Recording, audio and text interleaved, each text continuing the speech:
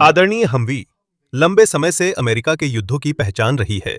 यह छोटी डीजल से चलने वाली मशीन वहां जाती थी जहां अमेरिकी सैनिक जाते थे। डेजर्ट स्टॉर्म से बगदाद और अफगानिस्तान के पहाड़ों तक पैदल सेना, कमांडर और सप्लाई क्रू की ये पहली पसंद थी। लेकिन इसके चौकोर ढांचे में एक छुपी खामी थी। ये कभी भी उन युद्ध क्षेत्रों में जीवित रहने के लिए नहीं बनाई गई थी जिनमें इसे भेजा गया था। समतल फर्श और पतली बॉडी के कारण ये सड़क किनारे बमों, घात हमलों और विद्रोही युद्ध में बेहद कमजोर था। त्वरित समाधान अपनाए गए, bolt on armour kit, up armoured variant और आखिरकार विशाल एमरैप्स बनाए गए जो उन विस्फोटों को झेल सकते थे जो एक हैमवी को कबाड़ में बदल देते। एमरैप्स भारी होने के कारण धीमे हुए।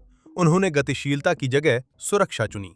अमेरिका के सैनिकों को कुछ ऐसा चाहिए था जो इन दोनों के बीच हो, एक ऐसा वाहन जो एमरैप जितना मजबूत और हैमवी जितना फुर्तीला हो। इसी के लिए आया JLTV यानी जॉइंट लाइट टैक्टिकल व्हीकल। कई सालों की प्रतिस्पर्धा, कोर्ट केस और अरबों के निवेश के बाद ये वाहन अमेरिका के हल्के ट्रकों से बिल्कुल अलग है। चलिए इसे करीब से देखते हैं। ऐतिहासिक संदर्भ और विकास। JLTV की विरासत बहुत पीछे तक जाती है, सीधे द्वितीय विश्व युद्ध के दौर तक। Truck quarter ton 4x4 command reconnaissance को आमतौर पर जीप कहा जाता है। इसने गोला बारूद ढोया, तार बिछाया, घायलों को पहुंचाया, आगे जाकर टोही की और ये सब आमतौर पर बिना दरवाजों के किया। इसमें आराम का नाम मात्र भी ध्यान नहीं रखा गया था। एक भरोसेमंद यूटिलिटी वाहन जिसमें सुरक्षा से ज्यादा गतिशीलता और सर्वव्यापकता पर ध्यान था। कोरिया और वियतनाम के दौरान भी यही मूल फॉर्मूला बना रहा, जिसमें लगातार आने वाले M38 और M151 वेरिएंट्स अब भी खुले छत वाले हल्के बने हुए थे और उनसे यही उम्मीद की जाती थी कि वे बंदूक की लाइन के ठीक पीछे रहें, न कि उसके साथ मुकाबला करें। यहां तक कि उस दौर के भारी ट्रक जैसे GMC CCKW और बाद में M35 भी इसी तर्क का पालन करते थे। पहले पेलोड, क्रॉस कंट्री क्षमता जरूरी थी, बख्तरबंद सुरक्षा नहीं।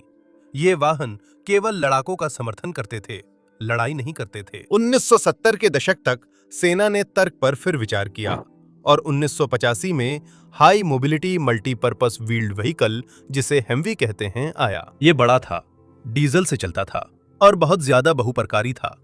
इसे दर्जनों भूमिकाओं के लिए एक तेज, कहीं भी जाने वाले प्लेटफॉर्म के रूप में डिजाइन किया गया था। चाहे वह सैनिकों को ले जाने वाला वाहन हो, हथियार ले जाने वाला, शेल्टर ढोने वाला, एम्बुलेंस हो या पहियों पर कमांड पोस्ट, बस अपनी जरूरत का मॉड्यूल चुनिए, उसे जोड़िए और निकल जाइए। हालांकि यह एक छोटा टैंक नहीं था। मूल आवश्यकता में बख्तरबंद सुरक्षा को एक सीमित, मिशन पर निर्भर विकल्प के रूप में देखा गया था। इसमें रन फ्लैट टायर और मजबूत फ्यूल टैंक थे, लेकिन बड़े माइंस या सड़क किनारे बमों से बचाव नहीं था। शीत युद्ध की नीति में यह तर्क था, क्योंकि माना गया था कि ऐसे वाहन समर्थन में रहेंगे, सीधे कार्रवाई में नहीं जाएंगे। और फिर आया 11 सितंबर और उसके बाद के युद्ध। ये बिल्कुल अलग हालात थे, जिन्होंने उस पुराने अनुमान को पूरी तरह बेकार कर दिया। अब IED कहीं भी हो सकते थे और हर गली में समन्वित घात लग सकती थी।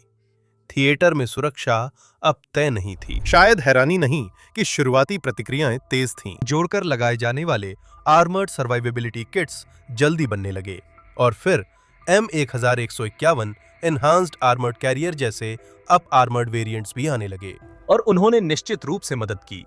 लेकिन हमवी की बुनियादी डिजाइन आखिरकार दोषपूर्ण थी। इसकी सपाट फर्श और कम वजन से धमाकों का असर बढ़ता था और एक्सप्लोसिवली फॉर्म्ड पेनिट्रेटर्स, सिवाय बेहद घटिया वाले, इसकी नई बख्तरबंद सुरक्षा की परवाह नहीं करते थे।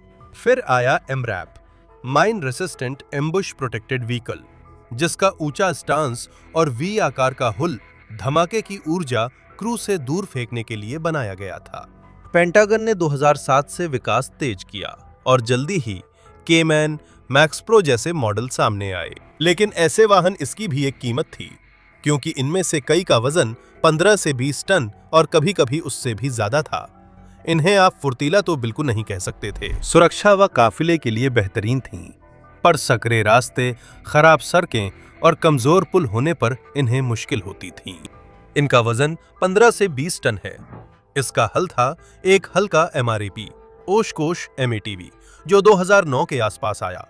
जिसमें स्वतंत्र सस्पेंशन और बेहतर ऑफ रोड क्षमता थी। ये अब भी 12.5 से 15 टन का दानव था जब इसे पूरी तरह से तैयार किया जाता था, और जहां बड़े वाहन फंस जाते थे वहां ये चढ़ तो सकता था, लेकिन ये जीप का फुर्तीला उत्तराधिकारी बिल्कुल नहीं था। अमेरिकी हल्के ट्रक की परंपरा अब एक अजीब मोड़ पर है। एक तरफ था हमवी, जो फुर्तीला, मॉड्यूलर और हर जगह मौजूद था, लेकिन उस दौर में बना था जब अच्छी ब्लास्ट सुरक्षा दूर की बात थी। दूसरी ओर MRAP था, ज्यादा सुरक्षित, बड़ा और भारी विशेषज्ञ वाहन, जिसने जान बचाई, लेकिन इससे लॉजिस्टिक्स प्लानर परेशान हो जाते थे। और यहीं पर आज के एपिसोड का विषय JLTV कहानी में आता है, जो उस पेड़ की पहली शाखा का उत्तराधिकारी है। JLTV कार्यक्रम। JLTV की असली कहानी नवंबर 2006 में शुरू होती है, जब संयुक्त आवश्यकताएं पर्यवेक्षण परिषद यानी शीर्ष अमेरिकी सैन्य नेताओं का एक समूह, जो यह तय करता है कि सशस्त्र बलों को वास्तव में कौन से हथियार, वाहन और सिस्टम चाहिए, ने विकास शुरू करने के लिए औपचारिक मंजूरी दी। इस शुरुआती दौर में विकास एक अमूर्त शब्द है। मूल रूप से इसका मतलब था एक इच्छाओं की सूची बनाना। MRAP से हल्का, हमवी से ज्यादा मजबूत, यंत्रीकृत इकाइयों के साथ चलने के लिए पर्याप्त तेज, भरोसेमंद और आखिर में सैन्य सामग्री में सबसे दुर्लभ और मायावी गुण, बहुत महंगा न हो। अब असली स्पेसिफिकेशन सूची जाहिर है इससे कहीं ज्यादा लंबी थी और इसे अंतिम रूप देने में दिसंबर 2007 तक का समय लग गया। उस समय अधिग्रहण, प्रौद्योगिकी और लॉजिस्टिक्स के लिए रक्षा के under secretary John young junior ने इसे एक बार देखा, सब कुछ पूरी तरह से स्वीकार्य पाया और फरवरी 2008 में इस प्रयास को तकनीकी विकास चरण में आगे बढ़ा दिया। इस चरण में पेंटागन उद्योग को प्रयोग, प्रोटोटाइप और विचार साबित करने के लिए भुगतान करता है, बड़े पैमाने पर निर्माण से पहले। शुरुआती निविदाएं दूर दूर से आईं, लेकिन अक्टूबर 2008 तक सिर्फ 3 को चुना गया। Lockheed Martin, general tactical vehicles, BAE systems और नाविस्टार की साझेदारी। दिलचस्प है कि इससे सैन्य औद्योगिक क्षेत्र नाराज हुआ, क्योंकि बोइंग टेक्सट्रॉन और नॉर्थरोप ग्रुमन ओशकोश की बोली हारने पर उन्होंने सरकारी जवाबदेही कार्यालय में शिकायत दर्ज की और सेना पर मूल्यांकन प्रक्रिया में गलती का आरोप लगाया। हालांकि अगले साल फरवरी में इन शिकायतों को कानूनी तौर पर खारिज कर दिया गया था। इसके बाद प्रोटोटाइप आने शुरू हो गए, जिसमें लॉकहीड मार्टिन ने यह प्रस्तुत किया, जनरल टैक्टिकल व्हीकल्स ने यह प्रस्तुत किया और BAE सिस्टम्स, नाविस्टार ने यह प्रस्तुत किया। हालांकि जल्द ही समस्याएं सामने आने लगीं। ये शुरुआती डिजाइन हल्के होने की शर्त को तो आसानी से पूरा कर रहे थे, लेकिन ब्लास्ट रेजिस्टेंट होने की शर्त को कम ही पूरा कर पा रहे थे। इराक और अफगानिस्तान से मिली सीखें स्थायी थीं। अगर आप चाहते हैं कि क्रू रोड साइड बम के बाद भी बाहर निकल सकें, तो आपको MRAP क्लास की अंडरबॉडी प्रोटेक्शन चाहिए, कोई अगर मगर या बहाना नहीं। इसी सोच ने 2011 की शुरुआत में इस जरूरत को और सख्त कर दिया। अब ये केवल MRAP जैसा नहीं, बल्कि MRAP स्तर का था। बदलाव इतना बड़ा था कि जनवरी 2012 में नई टेंडर प्रक्रिया शुरू की गई। अगले 2 सालों में कई निर्माताओं के दर्जनों प्रोटोटाइप रेंज पर लाए गए, जिनमें ज्यादातर वही थे जिनका हमने पहले जिक्र किया था। बार बार उड़ाया गया। जब अगस्त 2015 में अंतिम निर्णय लेने का समय आया कि किसे जीतना चाहिए, तो लॉकहीड मार्टिन ने थोड़ी नाराजगी दिखाई। उन्होंने गवर्नमेंट अकाउंटेबिलिटी ऑफिस में शिकायत की और सेना को फेडरल क्लेम्स कोर्ट में घसीटा, जिससे सेना को सफाई देने तक प्रोजेक्ट रोकना पड़ा। इसमें फरवरी 2016 तक का समय लग गया, जब कोर्ट ने लॉकहीड मार्टिन के पक्ष को मानने से इनकार कर दिया और उन्होंने विरोध स्वरूप औपचारिक रूप से विकास से अपना नाम वापस ले लिया। उस समय इसका खास मतलब नहीं था, क्योंकि सेना ने पहले ही तय कर लिया था कि किसके साथ जाना है, बाकी विकल्प औपचारिकता थे। और वहां से आखिरकार उत्पादन शुरू हुआ, जिसमें पहली कम मात्रा की ऑर्डरें वसंत ऋतु में दी गईं, जिनकी डिलीवरी शरद ऋतु में शुरू हुई। हालांकि सेवा में आना अभी दूर था, क्योंकि कई परीक्षण बाकी थे। यही सही मौका है। ये हमारे लिए आज की कहानी को यहीं थोड़ी देर रोकने का अच्छा मौका है, क्योंकि इससे आगे बढ़ने से पहले हमें वास्तव में खुद को ओशकोश के विजेता JLTV डिजाइन से परिचित कर लेना चाहिए, जिसे कंपनी के अंदर light combat tactical all terrain vehicle या LATV कहा जाता है। असल में है क्या? तकनीकी अवलोकन और वाहन की विशेषताएं।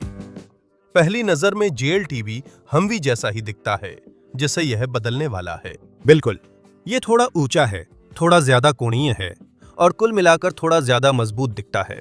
लेकिन अगर आपको फोन पर दोनों का हुलिया बताना हो तो आप वही शब्द इस्तेमाल करेंगे, है ना? लेकिन जैसे ही आप इसकी परतें हटाना शुरू करते हैं तो आपको जल्दी ही एहसास होता है कि JLTV सिर्फ उस पुराने द्वितीय विश्व युद्ध के समय की बनी फॉर्मूला का विकास नहीं है। यह पूरी तरह से फिर से गढ़ा गया डिजाइन है। इसे शुरू से ही ऐसे डिजाइन किया गया है कि यह काम वह कर सके जो अमेरिका की पैदल सेना का कोई अन्य हल्का वाहन नहीं कर सकता था। अपने नीचे माइन ब्लास्ट झेलना और फिर भी ब्रैडली के साथ कदम से कदम मिलाकर चलना।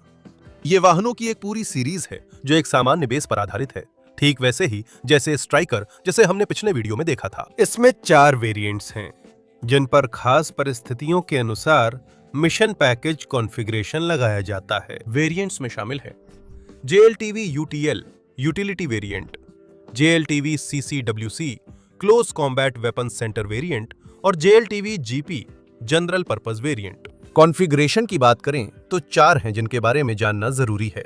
M1278 हैवी वेपन्स कैरियर, जिसमें ओपन टॉप टरेट लगे होने पर 5 लोगों की टीम बैठ सकती है और रिमोट वेपन सिस्टम लगे होने पर 4 लोगों की टीम बैठ सकती है, चाहे रिमोट या हाथ से ऑपरेट हो।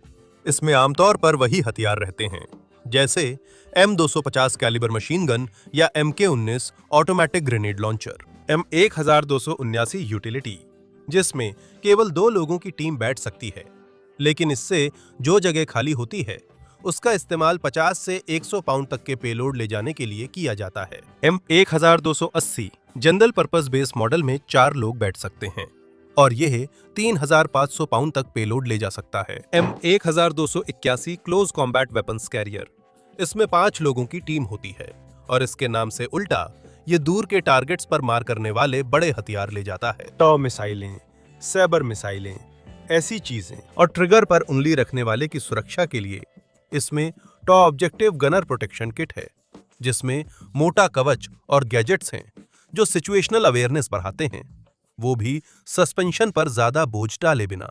ये दोनों स्क्वाड टैक्सी से मोबाइल एंटी आर्मर प्लेटफॉर्म तक सब कवर करते हैं, लेकिन इनकी बनावट लगभग एक जैसी है। वही चेसिस, ड्राइव ट्रेन और सस्पेंशन, ये भी सोच समझ कर लिया गया फैसला था। वृद्धाश्रमों में बचे खुचे उन 5 वेहरमाख्त दिग्गजों में से किसी एक को ढूंढिए और उनसे पूछिए कि सप्लाई संभालना कितना मजेदार था। लाखों तरह के वाहनों के पार्ट्स जुटाने के बारे में सोचें, आपको जल्द ही वजह समझ आ जाएगी।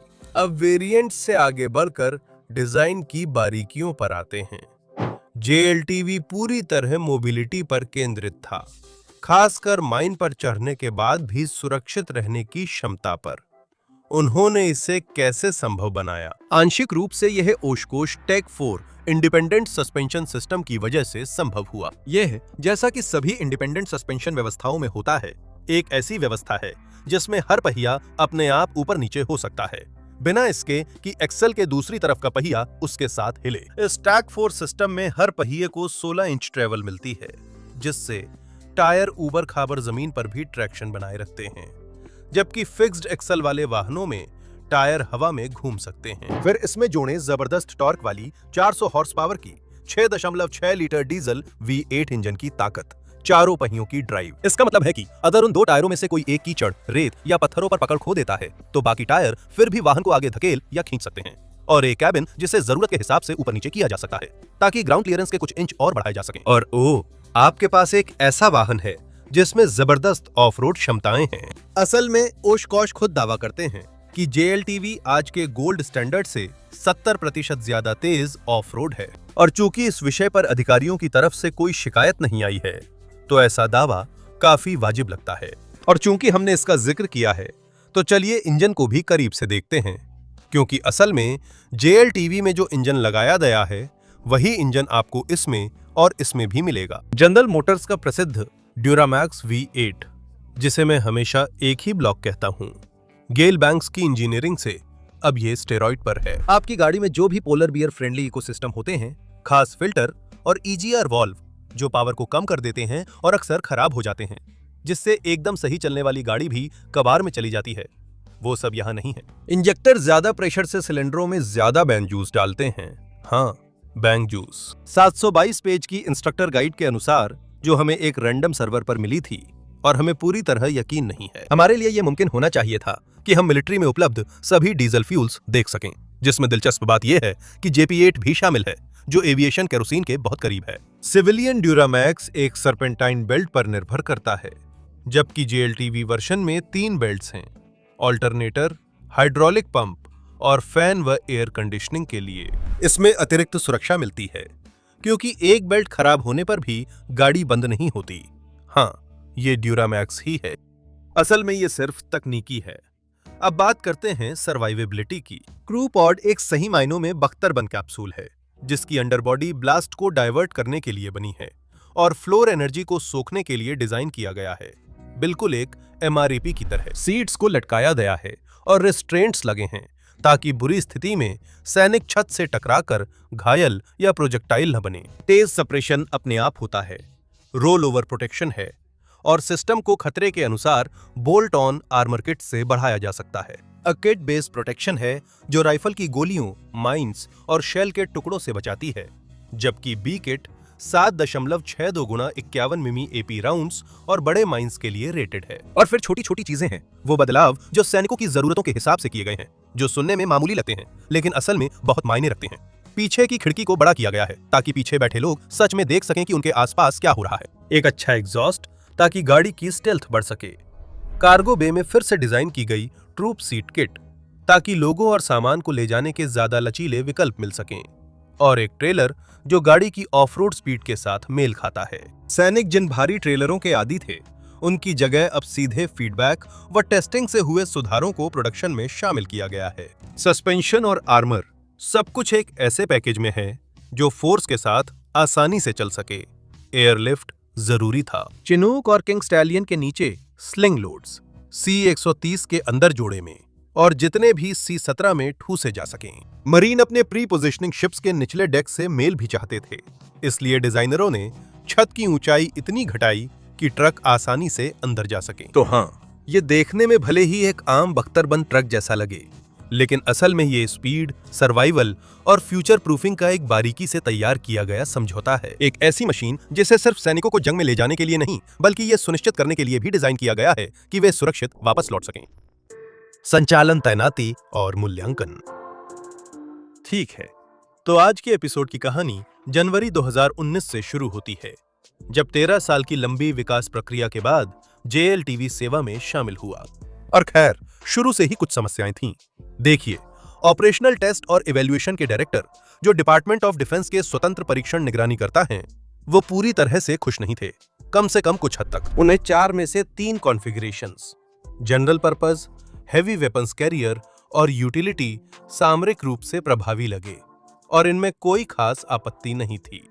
लेकिन क्लोज कॉम्बैट वेपन्स कैरियर ऐसा नहीं था। पुराने टॉव से लैस हमवी की तुलना में यह पाया गया कि इसका टैंक नष्ट करने का तरीका, यानी कितनी जल्दी यह निशाना साध कर फायर कर सकता है, वह धीमा और असहज था, खासकर रीलोडिंग के मामले में। बेस वेरिएंट्स में भी समस्याएं थीं, जिन पर ये कॉन्फ़िगरेशन लगाए गए थे और इन्हें ऑपरेशनल रूप से उपयुक्त नहीं माना गया। मुख्य समस्याएं थीं विश्वसनीयता, रखरखाव, क्रू की सिचुएशनल अवेयरनेस और सुरक्षा। लगभग हर चीज में समस्या थी, लेकिन ओशकोश ने सहजता से आगे बढ़ना जारी रखा। अप्रैल में उन्होंने सेना से एक सोल्जर डेमोन्स्ट्रेशन करवाया, जिसमें प्रोटोटाइप किट को असली सैनिकों को असली फील्ड कंडीशंस में इस्तेमाल करने के लिए दिया गया और उनसे ईमानदार प्रतिक्रिया मांगी गई। इस फीडबैक से हुए सुधार बिग 4 सुधार कहलाए। पीछे की खिड़कियों को बड़ा करें ताकि पीछे बैठने वाले देख सकें। ड्राइवर के लिए आगे की ओर एक कैमरा लगाएं। एक बेहतर मफलर लगाएं ताकि ट्रक के आने की आवाज दूर तक न जाए। और ट्रेलर और सैनिकों की सीटों को जुगाड़ नहीं, बल्कि मानक उपकरण की तरह शामिल करें। 22 मार्च तक इन फैसलों को औपचारिक मंजूरी मिल गई थी और सेना के अधिग्रहण नेतृत्व ने बदलावों के साथ प्रोग्राम को फुल रेट प्रोडक्शन की ओर बढ़ाया, जिसका फैसला 20 जून को हुआ। इसके बाद भी उत्पादन अच्छे से चलता रहा। मरीन कॉर्प्स ने गर्मी के अंत में शुरुआती ऑपरेशनल क्षमता पाई और सेना, जो इनकी कहीं ज्यादा संख्या चाहती थी, उसी स्तर तक पहुंचने की योजना बना रही थी। मई 2020 में फोर्ट स्टीवर्ट की 1st armoured brigade 3rd infantry division को ये उपकरण सबसे पहले मिले। इसके बाद कहानी सीधी रही। उत्पादन करो, उत्पादन करो, उत्पादन करो। जैसे ओशकोश ने हर साल कम उत्पादन दर पर बने कुछ 100 ट्रकों से उत्पादन बढ़ाकर हजारों तक पहुंचा दिया। जिससे सेना की भारी ब्रिगेडों और मरीन कॉर्प्स की इन्फेंट्री बटालियनों दोनों को एक साथ आपूर्ति की जा सके। 2020 के अंत तक कई डिवीजनों में वाहन पहुंच गए थे।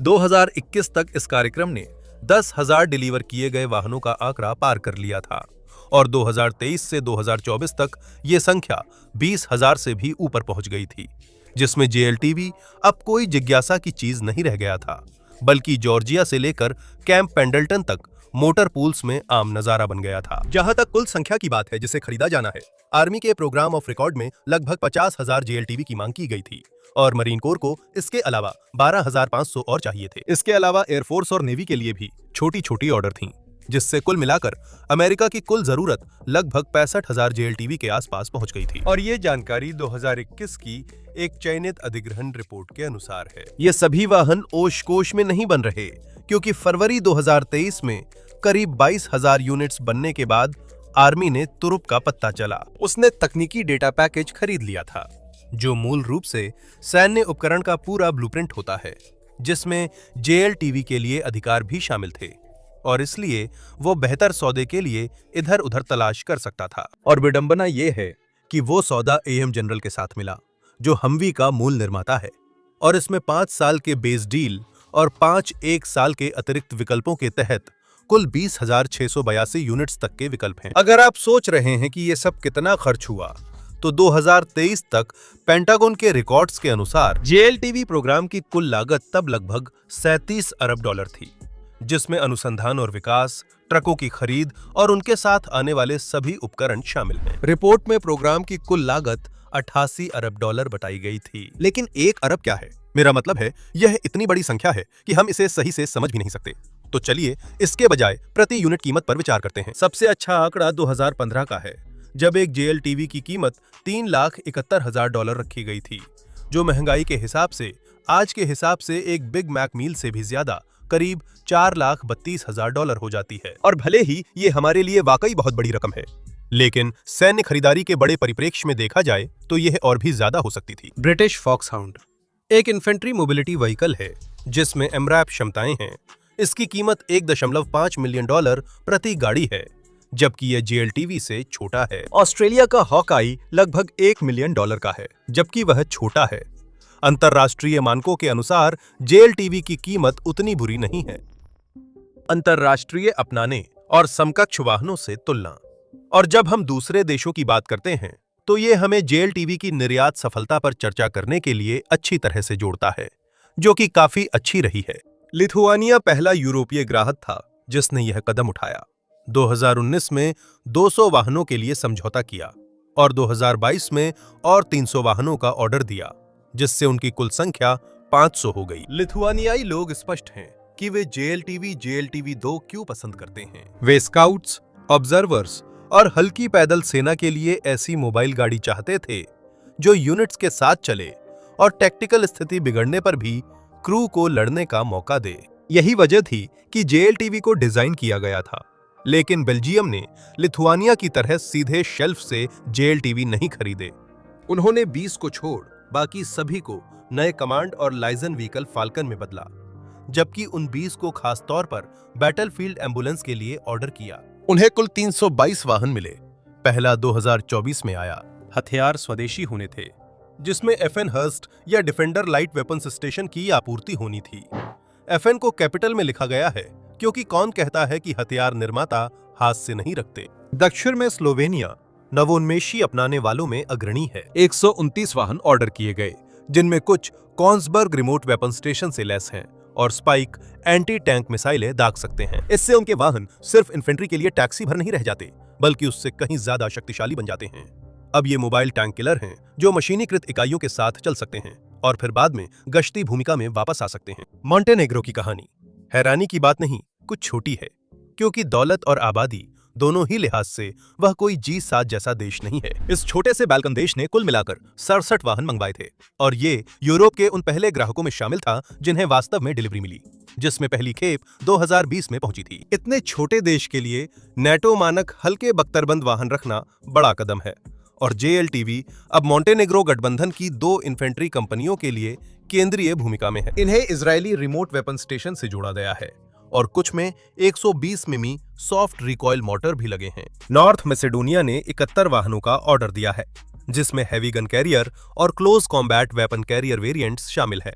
इसके अलावा 25 और वाहनों को भी मंजूरी मिल गई है। वहीं दूसरी ओर रोमानिया ने पूरी तरह से हैवी गन कैरियर कॉन्फ़िगरेशन पर ध्यान केंद्रित किया है, जिसमें से 129 वाहनों की बिक्री के लिए मंजूरी मिल चुकी है। दोनों देशों के लिए आकर्षण ये है कि वे ऐसी यूनिट्स तैनात करें जो अमेरिकी और पश्चिमी यूरोपीय समकक्षों जैसी हों और ट्रेनिंग व तैनाती में भी समान हों, बिना नया तरीका अपनाए। पश्चिम में नीदरलैंड्स ने अप्रैल 2025 में इस डिजाइन को नए क्षेत्र में बढ़ाया। उसने 150 कैमांस का ऑर्डर दिया, जैसा कि वे अपनी सेवा में उन्हें कहते हैं, जो एक ऐसा प्रकार है जो आमतौर पर नहीं देखा जाता।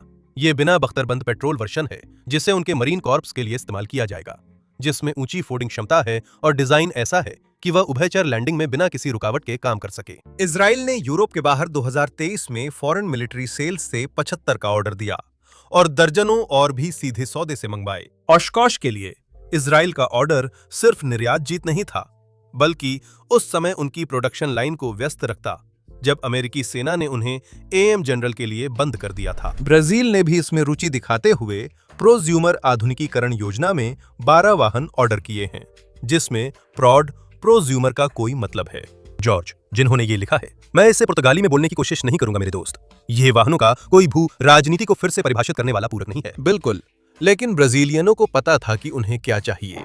एक हल्का, टिकाऊ, हवाई परिवहन योग्य ट्रक जो उनके अमेरिकी साझेदारों के साथ बिना किसी रुकावट के काम कर सके। इसलिए JLTV उनके लिए सही विकल्प रहा, चाहे बेड़ा छोटा हो। आगे और भी बहुत कुछ है। स्लोवाकिया ने 192 वाहनों को मंजूरी दी है। कनाडा 60 के लिए स्पष्ट मामला है और अन्य नाटो व साझेदार देश भी ऐसी खरीदारी पर विचार कर रहे हैं। कुल मिलाकर एक स्थिर अपनाने का पैटर्न दिख रहा है। जो देश अमेरिका के साथ प्रशिक्षण और लड़ाई करते हैं, वही हल्का ट्रक अपना रहे हैं, क्योंकि ये गठबंधन अभियानों में जीवन आसान बनाता है और कीमत भी सही है। लेकिन जाहिर है, हर कोई एक ही रास्ते पर नहीं गया है। ब्रिटिश सेना ने अपने multi role vehicle protected programme के लिए JLTV का अध्ययन किया, लेकिन लागत का हवाला देते हुए इससे पीछे हट गई और कार्यक्रम को पूरी तरह रद्द कर दिया। वे सिर्फ अपने फॉक्सहाउंड्स के साथ हैं और हम जानते हैं कि वे कितनी महंगी थीं। इसी तरह इटली अपने इवेको LMV और LMV2 के साथ बढ़ रहा है, जबकि जर्मनी और स्विट्जरलैंड GDELS ईगल को चुनते हैं। निष्कर्ष: करीब एक सदी में अमेरिकी सेना के हल्के वाहन उन्हीं युद्धों का प्रतिबिंब रहे हैं जिनके लिए वे बने थे। जीप ने वर्ल्ड वॉर II की सादगी और सर्वव्यापकता दर्शाई, जबकि हैमवी ने शीत युद्ध के अंतिम दौर की गतिशीलता और बहुपरता को अपनाया। इराक और अफगानिस्तान में सड़क किनारे बमों से निपटने के लिए MRAPs बनाए गए, जो पहियों पर विशाल किले जैसे थे और घातक घात में सैनिकों की जान बचाते थे। लेकिन हर एक अपने समय की उपज था और अंततः हर एक ने अपनी सीमाएं दिखा दीं। JLTV अलग है। इसे ना तो किसी अस्थायी समाधान के रूप में जल्दी से सेवा में लाया गया था और ना ही पुरानी धारणाओं के आधार पर बनाया गया था। इसके बजाय इसे जानबूझकर एक गंभीर कमी को दूर करने के लिए डिजाइन किया गया था, ताकि सैनिकों को आधुनिक युद्ध की तेज आंधियों के बीच से ले जाया जा सके, वो भी बिना गतिशीलता या दीर्घकालिक अनुकूलता की कुर्बानी दिए। यह सिर्फ हमवी का आंशिक प्रतिस्थापन नहीं, बल्कि हल्के सैन्य वाहन की नई परिकल्पना है। क्या यह पूरी तरह परिपूर्ण होगा?